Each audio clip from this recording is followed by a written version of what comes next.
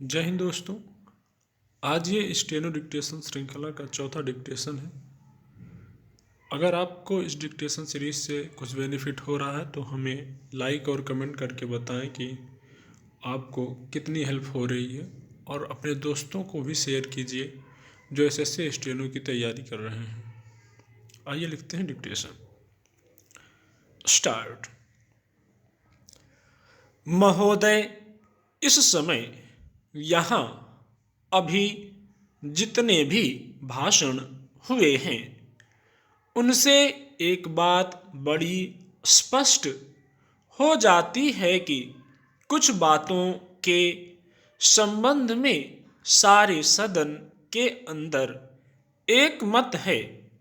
पहली बात यह है कि इस समय तक 3 बार भारी संख्या में लोग बाहर से इस देश में आ चुके हैं। संख्या के संबंध में कुछ अंतर हो सकता है, लेकिन 3 बार लोग आए यह साफ है। इधर के लोगों का विचार है कि कोई 40 लाख हिंदू आए हैं। उन लोगों का विचार है कि 10 लाख आए हैं, लेकिन कम से कम इस बात पर एक मत है कि यदि 20 लाख नहीं तो कम से कम 15 लाख जरूर आए हैं। दूसरी बात भी है जिसके बारे में एक मत है।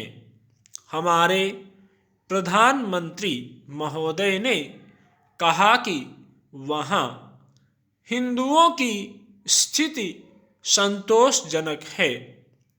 उनका विचार है कि भले ही बहुत अधिक खराब उनकी हालत ना हो, लेकिन हालत साधारणतः संतोषजनक है। यह बात भी साफ है। अब प्रश्न यह है कि क्या कारण है, क्या वजह है कि उनकी हालत ऐसी है। इसके लिए कई बातें कही गई हैं। पहली बात तो यह है कि भारत और पाकिस्तान के संबंध अच्छे नहीं हैं, इसलिए ऐसा हुआ है। वहाँ से बाहर चले जाने वाले लोगों की जायदाद का मामला है। कश्मीर का मसला है। दूसरी बात यह है कि वहाँ की आर्थिक स्थिति ऐसी है जिसके कारण से लोगों को पाकिस्तान से यहाँ आना पड़ा। तीसरी बात पासपोर्ट की बतलाई जाती है। इन्हीं कारणों से लोगों को पाकिस्तान छोड़ना पड़ा। इन तमाम बातों के अतिरिक्त एक चौथी बात और कही जाती है कि वहाँ मताधिकार में भी भेदभाव है, इसलिए वहाँ किसी प्रकार का समझौता नहीं हो सकता। एक अंतिम बात भी कही गई है कि पाकिस्तान सरकार की नीति लोगों को बाहर निकालने की है।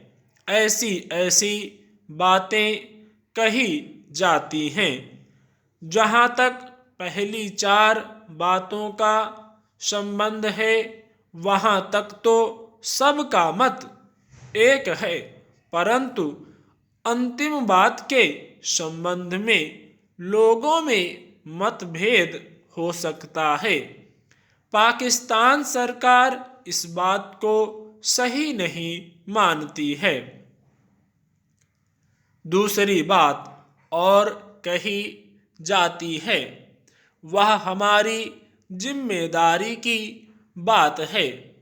यह बात सभी कहते हैं कि यह भारत सरकार की जिम्मेदारी है। कहा जाता है कि महात्मा गांधी की भी यह राय थी।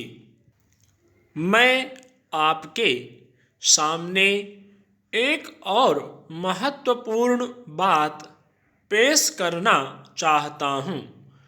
पिछले साल में इस निगम ने 4 करोड़ रुपए का कर्ज दिया, लेकिन 4 करोड़ रुपया कर्जा देने पर यदि आप इसके कुल खर्च को देखें तो आपको मालूम होगा कि उस पर 3 लाख रुपया सालाना खर्च हुआ है। आप सोचिए कि आपके साधनों के ऊपर काम करने वाला कोई निगम 4 करोड़ रुपया कर्ज देने में यदि 30 लाख रुपए साल का खर्च कर दे तो उस निगम को दिवालिया होने के सिवाय और कोई रास्ता नहीं रहता। इसलिए मैं आपसे यह अर्ज करना चाहता हूँ कि इस निगम के काम को सरकार किसी भी दृष्टि से देखे, लेकिन हम लोग इस पर लानत देने के सिवा और कुछ नहीं कर सकते। इस देश के करोड़ों आदमियों का जमा किया हुआ पैसा सरकार के पास जाता है। उस पैसे का इस तरह से अपव्यय नहीं होना चाहिए। दूसरी बात, आप यह देखें कि इस निगम के पास ऐसे ऐसे कर्जदार आते हैं जो महीनों और वर्षों उनके साथ सर खपाते हैं। उनके ऊपर वह सैकड़ों या हजारों रुपया खर्च करने के बाद उनका कर्ज मंजूर कर देते हैं। वे आदमी ऐसे हैं कि महीनों और वर्षों कर्ज की रकम नहीं उठा सकते हैं और इस तरह से निगम को ब्याज का नुकसान हुआ करता है। अब आप ही बताइए कि ऐसा कौन सा आदमी हो सकता है जिसके पास ऐसे ऐसे कर्जदार आए। आप कर्ज की रकम को मंजूर भी करा लें और घर जाकर सो जाएं और वर्षों तक कर्ज की रकम को उठाने के लिए न आए।